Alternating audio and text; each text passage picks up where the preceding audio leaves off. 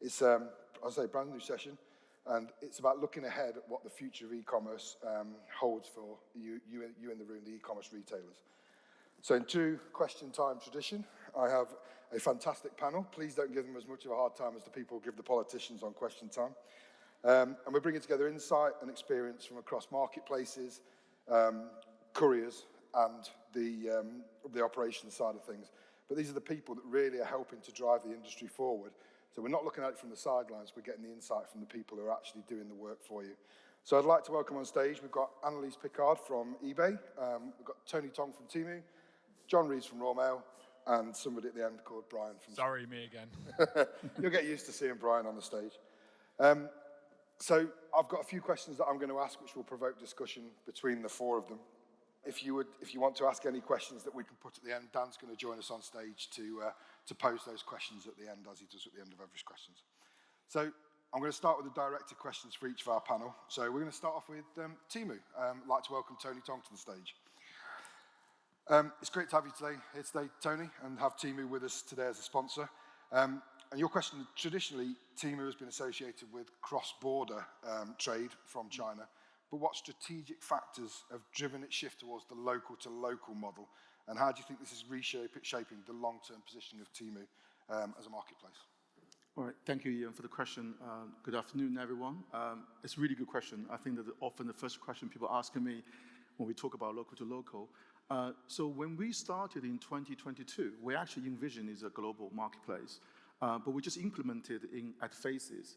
We started with the cross-border, and in 2024, we launched a local-to-local initiative, which let the local seller, have access, and affordable access towards millions of customers we already accumulated because early popularity of the cross-border model.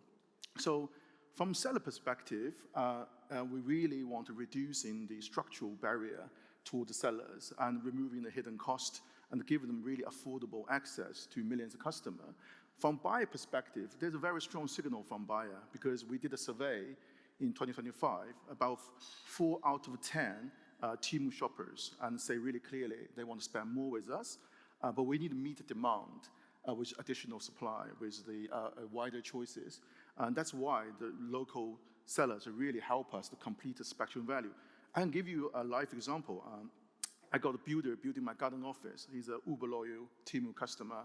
Keep telling me what he purchased on Temu. By then, before we launched local-to-local, he said, I'm buying safety shoes, high-vis jacket from you. But I said, why are you not buying high-ticket items like power tools with us? He said, this is my livelihood. I want some local brand, trustworthy, and give me the reliability, compatibility, and so on and so forth. So by that time, he wants to spend more with us, but we don't have the inventory to meet the demand. So I think if you look at now, after 18 months we launched the program, we now become more and more complete in terms of offering. So customer can treat us as a one-stop shop rather than those only destination looking for value choices. So I'm really want to talk into the DIY seller back then because you may able to help us to fill some of the inventory gap we already have. To the partner perspective, I think we can bring you new client, a new volume as well. Since we launched, really gained some momentum because just a couple of days ago, early adopter, a local seller based in Leeds, just celebrated the 1 million order fulfilled. After 15 months, they joined the Temu UK as a local initiative. So that's really reflect the potential and the demand of the local program. Thank you. Excellent. Thank you very much, Tony. Yeah, it's really interesting how Temu's model has changed over the last 18 months from, the longer delivery time at a cheaper price to what you're now offering, which is more of a local-to-local model. It's a really fascinating way of challenging the industry in the UK. So thanks for that, Tony. We'll come back to you, obviously, some more questions later on. Welcome back again, John, who did a fantastic session on Royal Mail just before lunch. So, John, obviously, delivery has become an important part of the overall products experience, as I mentioned in my speech before, and you touched on in yours as well. So how do you see the courier networks evolving to support the faster expectations of the retailers whilst balancing that cost and sustainability that the Royal Mail always strive for? No, it's a good question. There's a lot of different facets to that one. So it takes a certain amount of time to move a parcel from A to B, regardless, because you've got speed limits, you've got constraints in terms of vehicles, etc. So what Royal Mail has done is it's looked at the entire network, and we've changed cut-off times, and we've changed our operating model behind all of that. So what we did was we worked out routes, timings, process, and worked out exactly when was the last time we could take a parcel in and route that across the whole of the country. Linked to that, what we've also done as well is we've worked with the unions to change the start time of the posties. So historically, posties would be in, out by 7 in the morning, out, done their deliveries, back in and finished. What that meant was we had to get the parcels, we had to get fulfilment items, letters, etc., to the delivery offices by 6 in the morning, which under an e-commerce world is not really acceptable because people want to post late, everybody wants a 12 o'clock cut-off for collections, etc. So what we've done is we've changed the start time of the posties going out. So they start probably from about 9 o'clock in the morning. We then have a second wave of posties which go out in the afternoon. So that enables us to take traffic in later, enables us to route it more effectively and get it out to the delivery offices for next day delivery. What it's also enabled us to do, certainly from a sustainability perspective, is look at how we transfer those parcels around the country. So we have wiped out about 18 flights every single day because the cost of the flights, the carbon, the impact on the green is significant. So we've removed those flights. We now road everything coming through. But by analysing the data, the timings, the process, etc., it's enabled us to work out that we can take the traffic in, how we route it around the country, when we get it to the posties, and when they actually then go out and deliver. So there's a number of different sort of elements to it. It's improved the sustainability, it's improved the carbon footprint, and it's enabled us to take traffic in later, which supports the whole e-commerce market because everybody comes in, orders come in, flood in late afternoon into the evening. Everybody wants a collection at roughly the same time, so you have to be able to manage that. I guess it's a bottleneck. Going back to your slide deck earlier, and everybody wants the traffic picked up at the same time into the network. So understanding the data, understanding the operational process flows has enabled us to do that. What we've also done as well is we're focusing on drop density and collection density. So if you look at parcel shops, if you look at lockers, we're doing one delivery to a locker. We can do 10, 15, 20, 30 drops at that one point. That is increasing the speed and the number of items we can get to that location. And on the reverse side of things as well, where we're picking up from parcel shops, etc., we're picking up multiple parcels and bringing them back in. So it's all about drop density, consolidation, etc., and not just necessarily looking at how many items, can we do it slightly differently in terms of the mech, because we still do the sortation. So a number of different elements. Brilliant. I mean, it's fascinating to hear. I mean, I've worked in warehouses for a long time. It's fascinating to hear what goes on behind the scenes just to deliver that customer experience, because as we heard from earlier, that customer demands are getting more and more pressurized next day, even same day now in some channels, and hearing what goes on behind the scenes to actually make that happen is really fascinating insight. So one of the things we don't do is we will deliver in the afternoon, so we'll deliver later. So you will start to see more Royal Mail deliveries up to about 8 o'clock at night. What we won't be doing is delivering at 9, 10, 11 o'clock at night, because we don't want that experience. We don't want somebody knocking on the door at 9, 10 in the evening, because consumers don't like it, children, people winding down, the elderly, etc. So there will definitely be a cut-off on that. So you have to have that sort of social, corporate responsibility. Of course, yeah, absolutely. We've all been woken up 10 o'clock by our Amazon delivery driver at some stage in our lives, yeah. Thanks, John. Really fascinating insight there. Annalise, welcome to the stage. We heard from Shah earlier talking about eBay Live, and fantastic session. And I'm sure it's the way that e-commerce is going for yourselves and multiple other channels. But just to delve a little bit deeper, why should sellers really pay attention to live e-commerce now? And how is eBay going to help them to succeed? So as Shah covered, I think, quite well, eBay Live creates an engaging, interactive environment for you to build your customer base and sell. So you can answer buyer questions on the spot, which builds a lot of confidence in their transactions. You can also showcase your products, go into great detail, watch your feed, see what kinds of other follow-up questions buyers are asking. So it creates a lot of engagement. And all of that is not isolated, it's within our broader eBay platform. So Shaw mentioned this, what you have is a halo effect.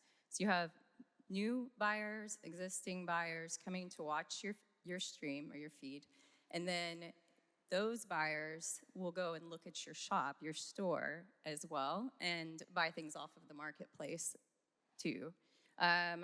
Also, on eBay, we have trusted, large marketplace, marketplace protections, an established spot with a lot of high intent buyers, right? So they're there to make a purchase, which gives you a better overall experience. You're accessing buyers who are there not just for entertainment, but to make purchases. And live is really becoming an important part of how how buyers discover products.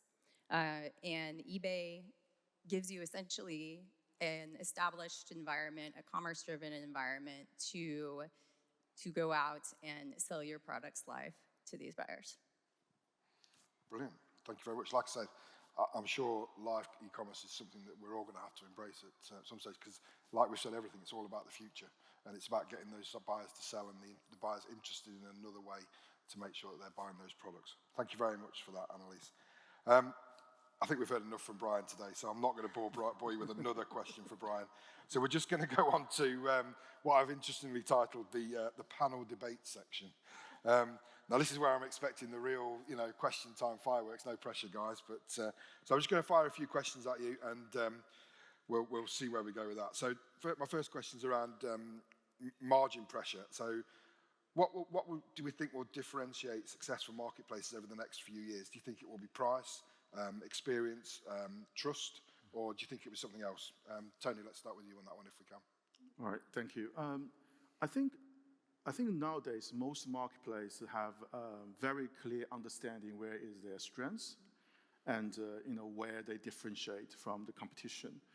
I think actually the key question here is whether every customer, every time they shop on your platform, can they feel what you stand for in a more consistent way? Because UK probably is one of the most penetrated, e-commerce penetrated market, and we've got so many choices. There's very little room for ambiguity. So you need to let the customer know every time they shop what we stand for and why you need to come back again. Regardless is price, experience, you're finding something more exciting, you have something more reliable, you just have to deliver it very consistently. I think that's probably the biggest challenge all the marketplaces are facing.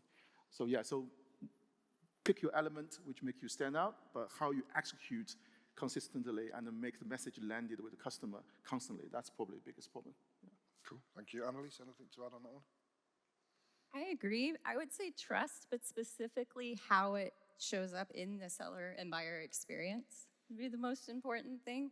You can compare prices anywhere, right? But creating a valuable ecosystem for sellers where they can succeed and where buyers can have confidence in their transactions is key. I think that winners will be able to combine value and driving confidence. Yeah. So we spoke a little bit about trust there, and I think that's absolutely right. People will find their trust within the marketplaces, and like you said, find their own, I don't want to say niche, but find their own settled partner. But just touching a little bit on price, do you think it's ever going to stop being a race to the bottom, or do you think things will eventually just level themselves out and people will have to, the market's going to find a value for a product and carry on, and it's not going to get to people selling it for next to nothing and all that sort of thing? Is there any way that you can see that that's going to level out as a playing field? I think I always using value instead of the price when we talk about the customer expectation, because I would say affordability is important given current situation, but affordability without compromise on quality and trust is probably the balance we will try to achieve. Yeah, absolutely. Fantastic. Annalise, anything? Same? I agree. I think that at a certain point, if you can't balance those experiences anymore, even if you've dropped your price, if all of a sudden the experience is poor. Correct. So for the sellers on the marketplace, it becomes around price, trust, and experience, and the quality of the consumer that's on that channel as well. Fantastic. Really, really interesting. So we're just going to move again on to a little bit more. So this one's more aimed at Brian and John. So as the e-commerce operations become more automated, where does the real complexity sit in the future? Do you think it's in the software layer or in the physical logistics network? I'll go for it. Both is the answer. So the software has to be able to forecast, has to work for you, and it has to tell you things that you might not have been aware of. But also, you need to embed processes in the warehouse operation, much to a nod to Ian's speech, that they cannot be dependent on key people. They can't let you down. These need to be well-versed processes that your business can grow and scale with, just so when you get more sales, or when you double your sales, or when you go on eBay Live and you see the 100% uplift, you're already prepared for that scale and can deliver on it. Yeah, John, anything to add with the delivery? Yeah, I think from a Royal Mail perspective, the data for us is key. So we need to know what's coming into network, where it's going, where are the pinch points, what can we do to affect those pinch points and make things move a lot smoother. And that's certainly something that we've been doing in terms of the Williot trial and the fact that's now gone live. We know what's coming in. We get good forecasts from customers. So having that relationship with customers, getting those processes in place is really key, because that then drives that information that comes through. We use that together with live data, and we adjust that, and we change our processes based upon where the market is going, where the demand is. I mean, if you take one example, that we take a huge amount of items over to Northern Ireland. That has a very finite capacity in terms of we use the ferries to get over, certainly for the 48 traffic. What we do is we look at all the forecasting data coming through, we understand what's coming in, and we make capacity judgments based on that. If we suddenly see a massive spike, that obviously is a red flag, and we need to try and understand why, what's going on, and how do we work with our providers to either get more on the ferries, or in some cases, if we need to, fly it over, which is not really where we want to be with 48 traffic, but we do with the 24. So it's definitely data driving process improvements as we go. Excellent, thank you very much. So this one's really for all of you. We've spoken a lot today about AI within StoreFeeder. But obviously AI is impacting everywhere. As far as I can see at the moment, it's absolutely everywhere. So especially in e-commerce sort of discussions, where do you actually think it will create a meaningful commercial impact rather than just an operational efficiency, as I spoke about and as Brian's spoken about inside the businesses? So any thoughts on that one? Brian, perhaps you want to start that one. I know you've done some. We spoke about AI, but anything to add? It's signals of knowing about what's happening in your business. It's understanding very quickly what your loss leaders are, where you've got stock tied up, where you're not making the most of it. And I think it just comes down to, yes, we've seen that AI can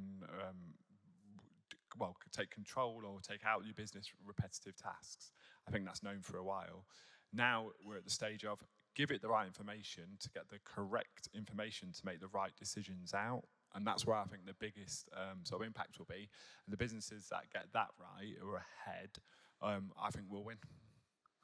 Cool. Anybody else, Tony? You got anything to add on that one? Yeah, I think it's real commercial value, at least from Temu perspective, because one thing we're impressed by AI is at any time, like it's more about building customer trust and confidence, because at any time, AI allow us to scan in more than 38 million listings and more than 9 million keywords just to capture the bad listing before they go live.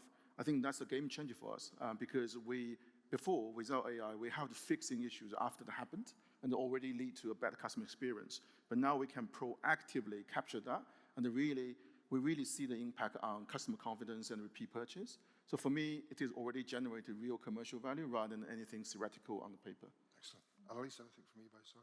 I think that for eBay, a lot of the value comes from quality, confidence, and also decision making. So if you can create a listing quickly, okay, but if you can create a listing with better quality that converts, it's more important, right? If you can answer sellers quickly, same thing. If you can build confidence instead through the answer, that's better. AI also gives you the ability to identify opportunities that we can't identify. Brian, you spoke to this earlier.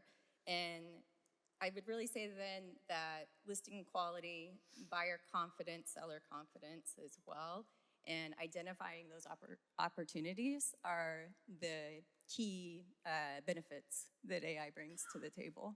Excellent. John, anything from Royal Mail side if you want It's AI? a tricky one for Royal Mail. It is a tricky one, yeah. I did hesitate coming to you, but I thought you might have an answer up your sleeve. So I think Royal Mail's quite early on in its AI journey. So we are using it to analyse data and look at certain processes. What we're not doing is taking out that human element, because as Brian said, you've always, Copilot, you've got to verify, you've got to double check everything. One thing we're not doing is removing people in terms of communication, because we don't want to get into that endless chatbot loop.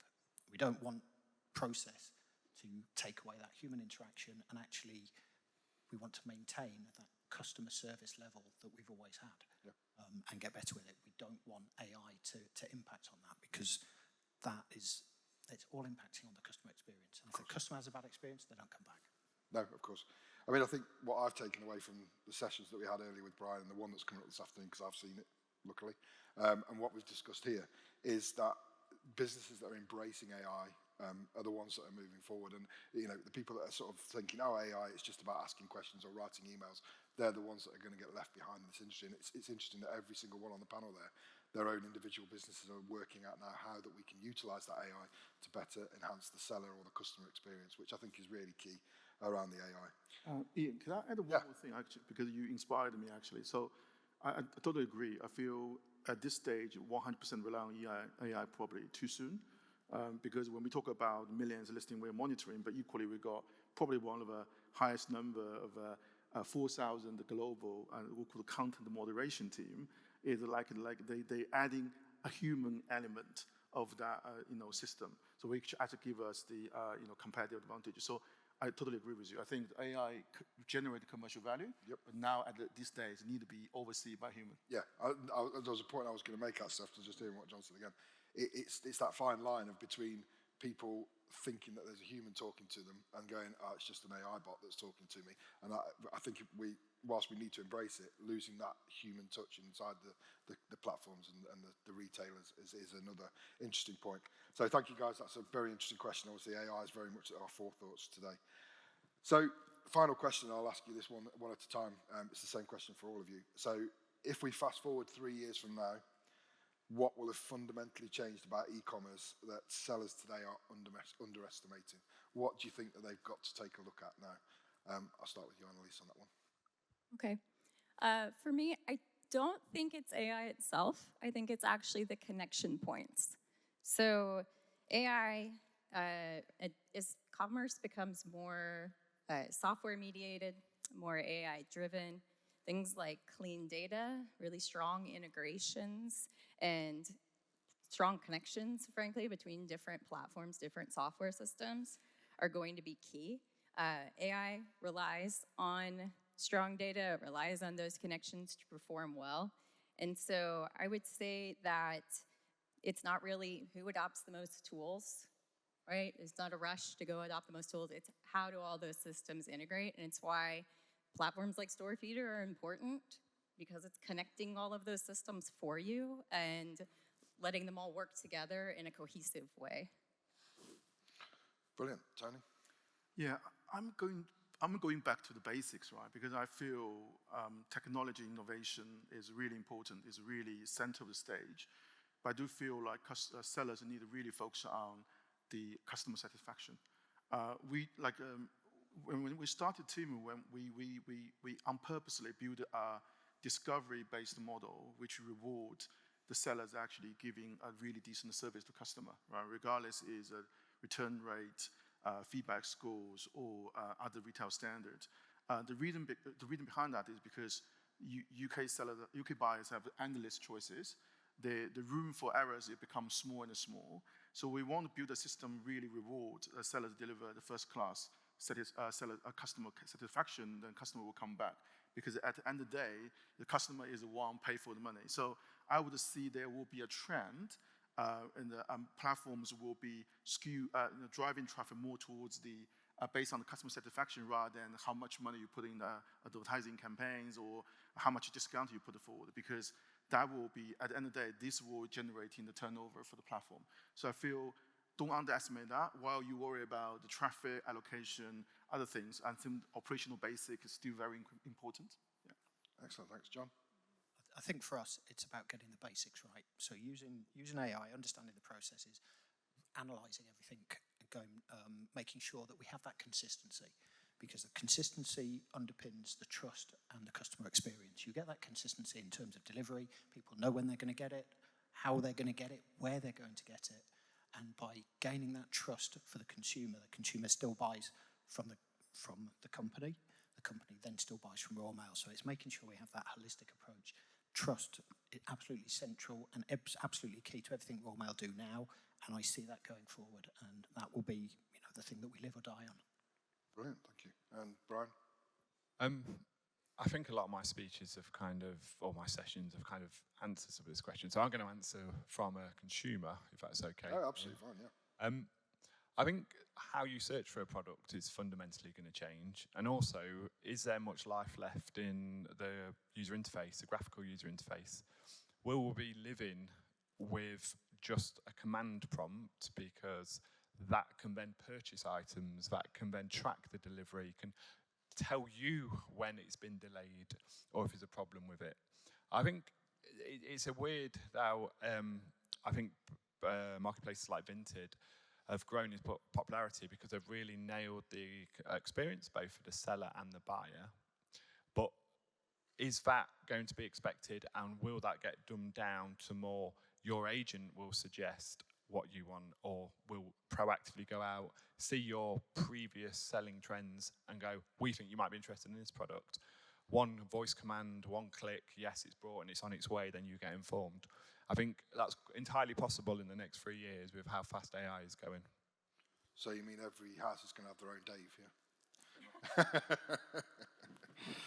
Brilliant. Well, thank you everybody for that insight. It's clear that obviously the future's is very, very interesting. And if we look back 10 years of where e-commerce was and where we are today, we're in a world that nobody would have ever guessed would happen. And I think that's going to escalate even quicker. I think in the next 3 years, we're all going to be going, wow, again, where everything's moved on to. So that's it for my panel questions. I'm looking desperately for Dan. Have we got any questions coming on the app there, Dan? We've had a couple. For Brian and Annalise, the eBay listing dashboard shown earlier shows gaps in eBay data. Can AI be used to populate item specifics?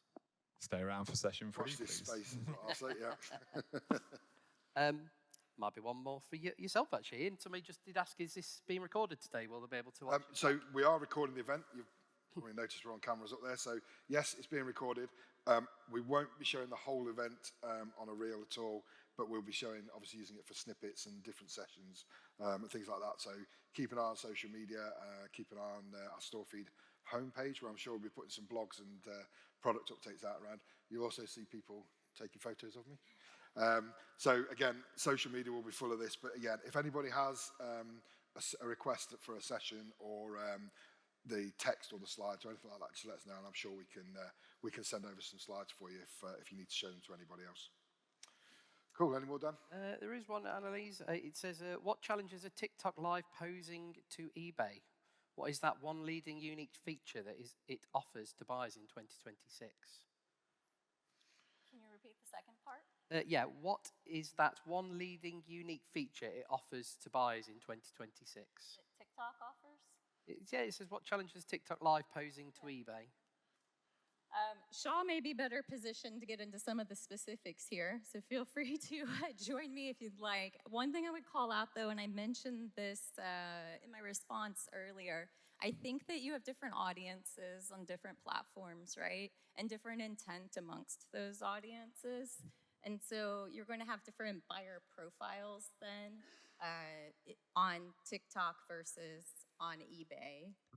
Suggest that as a lead-in, and then Shaw, specifically about TikTok's features, I would leave that to you. I want to echo that 100%. Like, I spent quite a few years at TikTok as well, and I love TikTok as an app. It's a great creator platform, heavy entertainment, and I think that just the difference is purpose. So when you have a viewer on TikTok, you've got the entertainment side. Not to say eBay doesn't have that, but eBay has the commerce side that's really, really strong with the higher buyer intent. So that's number one. And number two is the halo impact. You're not just doing lives on eBay Live, you're doing it with the impact that it can potentially have on your entire store, your entire catalog, and your entire listing. So there's a really strong linkage to eBay's core identity across the last 30 years. So I hope that answers your question there. Brilliant. Thank you. Thanks, Sean. Any other questions, guys? Again, you can do this on the app. Obviously, all questions are important. Somebody did ask a question about Royal Mail, but I think that might be very specific to your account. So if you want to come and see John afterwards, I think that would be... Oh, we could put John on. We could put John on the spot. We won't put John on the spot. I think it's very account specific, so come and see John afterwards about that one. Anybody live in the room? Any other questions? Oh, got one over here.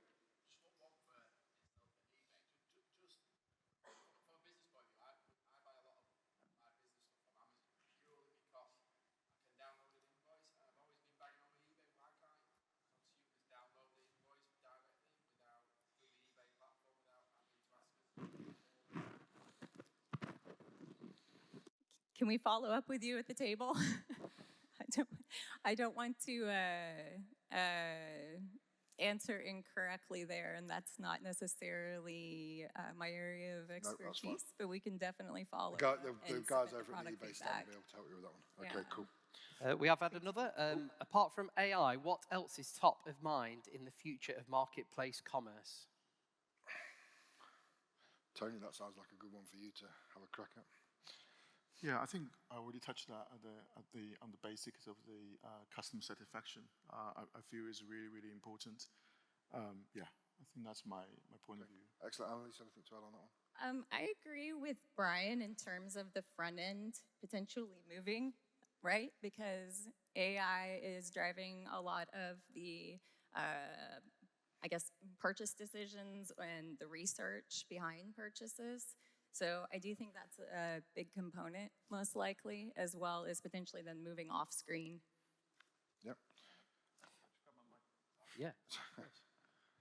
I think to add to that is a sense of community, which is really, really needed. And we've sort of seen that with the collectibles and sort of these kind of categories, which do really well on live because of the sense of community that builds up.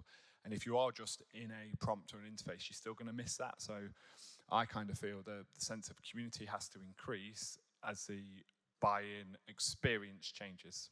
Right. That's what makes live really interesting too, right? Because it's not something that's reproducible in AI or over voice. Yeah. Cool, brilliant. Is that that's everything for now? Lovely. Okay, cool. Well, thank you, everybody. Obviously, it's clear that e-commerce is continuing to move forward at an incredible pace. Like I said, you know, what we imagined 10 years ago will be today. I don't think we could have ever imagined with AI and things like that happening. And for the retailers, the future brings both exciting opportunities, but also new challenges to navigate, you know, keeping that consumer engaged. So we'll wrap it up there. So thank you very much to Annalise from eBay, Tony from Temu, John from Royal Mail, and finally, Brian.